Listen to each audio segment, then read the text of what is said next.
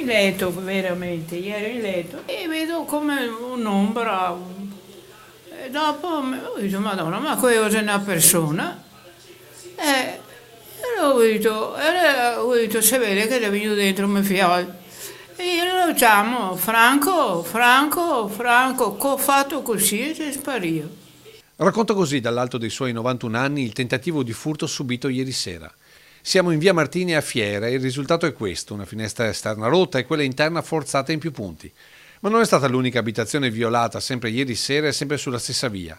Queste sono le foto che ha scattato Luisa Contarato. Lei abita nella palazzina di fronte e come si vede qui non hanno tentato il furto ma l'hanno messo a segno, sconvolgendo l'abitazione e soprattutto la proprietaria. Io veramente mi sono sentita male, ho lavorato un'ora e mezza per poter andare a letto, ma sinceramente ho anche dormito poco perché vuol dire che questa gente ti controlla, sa quando esci, sa che macchine hai, veramente è una vita terribile. Quello che fa rabbia, ci dicono tutti, è che i ladri prendono di mira la gente normale, portando via con gli oggetti di valore anche pezzi della propria storia personale. Mi hanno rubato un girocollo con delle conchiglie d'oro e soprattutto una spilla di mia nonna che io non portavo neanche per cercare di conservarla, che quella era veramente un ricordo. Avevo una borsetta con dentro 5 euro, mi hanno rubato anche quelli, quindi hanno frugato veramente dappertutto. Poi c'è chi ha anche rischiato sempre ieri l'investimento. Qui siamo nel quartiere di San Liberale dove in questo palazzo di via Umbria hanno tentato di aprire con un piede di porco l'abitazione con dentro una coppia di anziani.